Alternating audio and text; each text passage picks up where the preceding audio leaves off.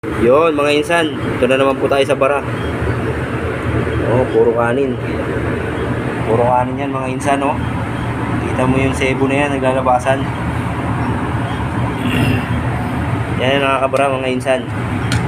Kaya ginagawa namin, pinapalabas muna namin, pinapaapaw namin yung floor drain para lumabas yung mga ganitong mga bagay na nagbabara.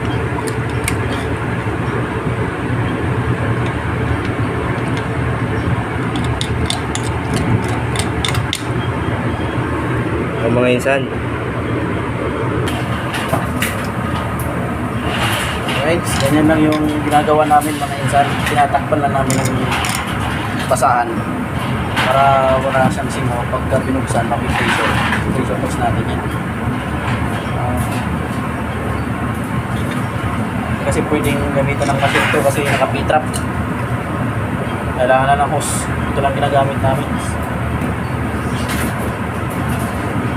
Yan. Kailangan walang singaw.